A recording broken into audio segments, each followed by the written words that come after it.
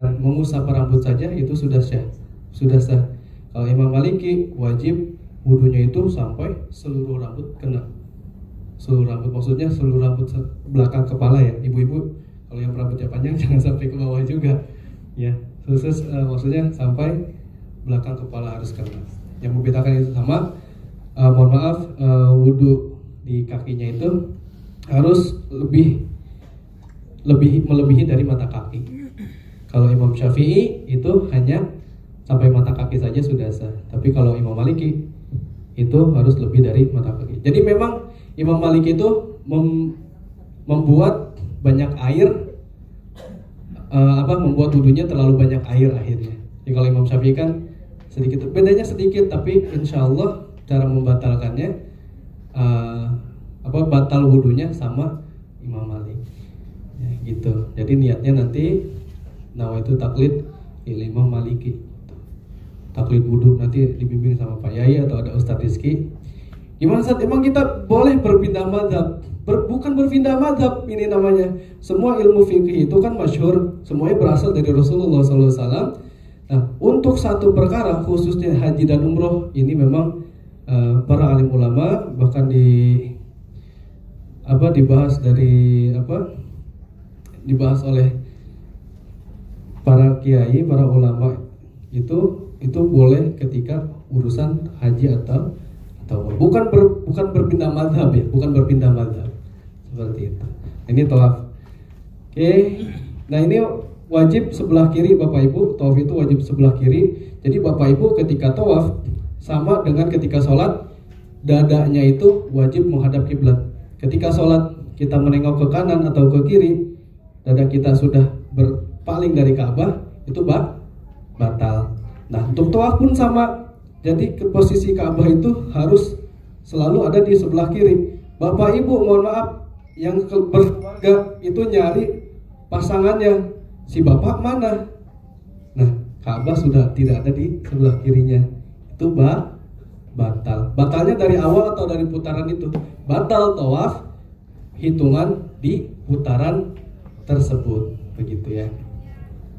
Ini tentang tawaf. Insya Allah nanti kita akan praktek, nanti pas praktek kita bahas lebih dalam lagi bersama Ustaz Rizky. Yang selanjutnya adalah sa'i. Sa'i adalah berlari-lari kecil dari Bukit Sofa ke Bukit Marwah sebanyak 7 kali. Ya. Sebanyak 7 kali, bukan 7 kali putaran. Yang mana? Bukit Sa'i. Nah, sa'i. Nah, saya bahas ini sa'i diawali di Bukit Sofa. Dari Bukit Sofa ke Bukit Marwah hitungannya 1. Bukit Marwah ke Bukit Sofa hitungannya 2. Bukit Sofa lagi ke Bukit Marwah lagi hitungannya 3. Bukit Marwah ke Bukit Sofa hitungannya 4. 3. 1, 2, 3, 4, 5, 6, 7. Ya. Jadi dari Bukit Sofa ke Bukit Marwah 1, Marwah ke Bukit Sofa 2, Sofa ke Marwah 3, Marwah ke Sofa 4, Sofa ke Marwah 5, Marwah ke Sofa 6, Sofa ke Marwah 7. Ya, tuh 7 putaran. Bukan berarti, jadi ada jamaah yang saya pernah bawa jamaah itu hitungan sa'inya Sofa Marwah ke Sofa lagi 1, Sofa Marwah ke Sofa lagi 2, bukan seperti itu. Dari Bukit Sofa ke Bukit Marwah 1, Marwah ke Sofa 2, hitungannya seperti itu. Paham ya Bapak Ibu ya? Insya Allah paham. Nah, ketika sa'i ada 2 lampu hijau atau 2 batas hijau di garis di garis mas'ak. Itu ada lampu hijau. Dari lampu hijau ke lampu hijau itu bapak-bapak disunahkan untuk berlari-lari kecil. Ya, lari-lari kecil. Sa'i itu bukan berarti harus lari terus dari Bukit Sofa ke Bukit Marwah, bukan. Jaraknya dari Bukit Sofa ke Bukit Marwah 450 meter. Katakanlah 500 meter, setengah kilo satu putaran kali 7, 3,5 kilo. Siap nggak Bu jalan 3, kilo? Siap ya? Siap, karena apa? Insya Allah untuk mencapai ridha Allah, ibadah pada Allah.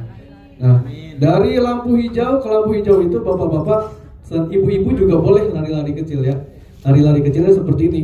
Gak usah lari sprint, gak usah. Lari-lari kecilnya gini. Sambil baca doa, Rabbighfir warham wa'fu wa takarram wa tajawaz amma ta'lam innaka ta'lamu ma la na'lam innaka antallahu al-azul akram. Itu adanya di mana? Dari Bukit Sofa ke Marwah ada, dari Bukit Marwah ke Sofa pun ada. Makanya saya anjurkan bapak-bapak, ibu-ibu nih, mumpung masih 2 minggu 3 minggu lagi, setiap pagi jalan-jalan kecil ya, jalan kaki 1 kilo 5 kilo mah gitu, lumayan kan buat diet. Persiapan, karena bener khawatir kaget bapak ibu, urat-uratnya khawatir kaget. Dari kita gini, dari hotel ke tempat sholat pun ke Masjid Nabawi atau ke Masjidil Haram itu sekitar 100-200 meter. Ada juga mungkin yang hotelnya benar-benar di depan, tapi ke tempat sholatnya pun memang lumayan. Jadi harus olahraga dari sekarang. Saran saya harus olahraga. Kenapa? Karena untuk persiapan. Setelah kita 7 kali sa'i, kita berada di Bukit Marwah, selesailah seluruh rangkaian ibadah umroh. Sudah selesai belum? Belum, betul. Ini belum, udah nggak fokus nih. Selesai belum? Belum. Apa lagi yang belum? Tahallul. Apa itu tahallul? Tahallul adalah akhir dari seluruh rangkaian ibadah umroh yang praktiknya adalah mencukur rambut. Minimal berapa? Minimal 3 helai rambut. Nanti para pembimbing insya Allah bawa guntingnya. Ya. Diawali oleh para pembimbingnya dulu. Nanti para pembimbing biasanya nyari orang yang sudah tahallul baru digunting. Kalau yang belum tahallul itu tidak boleh. Tadi ada larangannya ya. Ingat nggak? Ketika masih ihram dilarang mencukur rambut. Saya mau mencukur rambut sendiri Ustaz, boleh nggak? Tidak boleh. Ataupun ada yang belum dicukur rambutnya, itu mencukurkan rambut temannya atau istrinya, itu boleh nggak? Tidak boleh. Jadi harus tahallul dulu, harus sudah halal dulu. Tahallul itu halal ya, dari haram meningkat kepada halal. Ketika sudah halal itu baru boleh.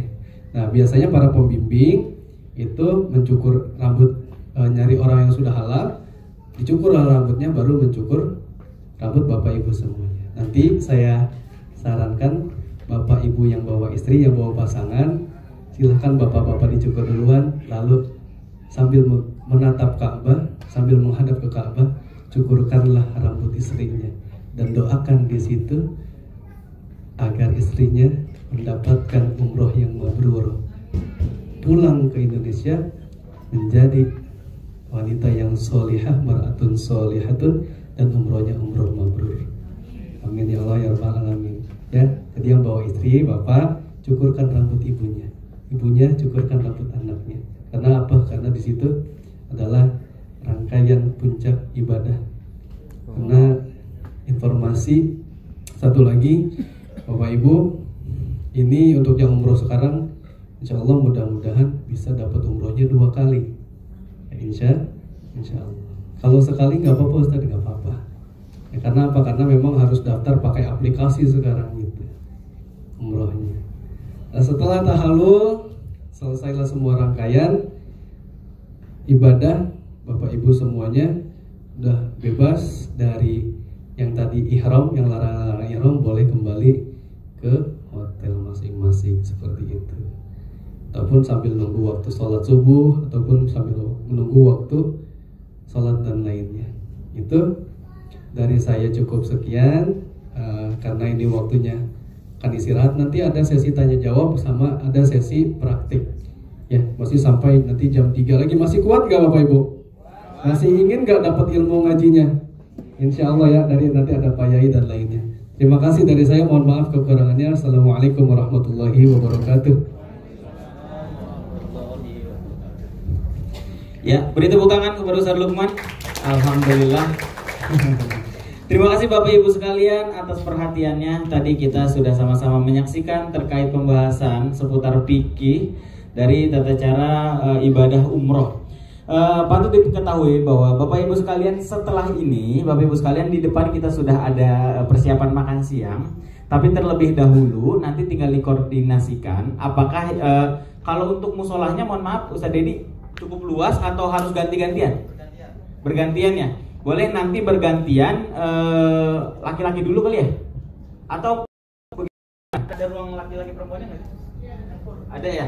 Oke, nanti saling bergantian saja. Silahkan makan dulu yang ingin makan dulu, atau mau sholat dulu dipersilahkan.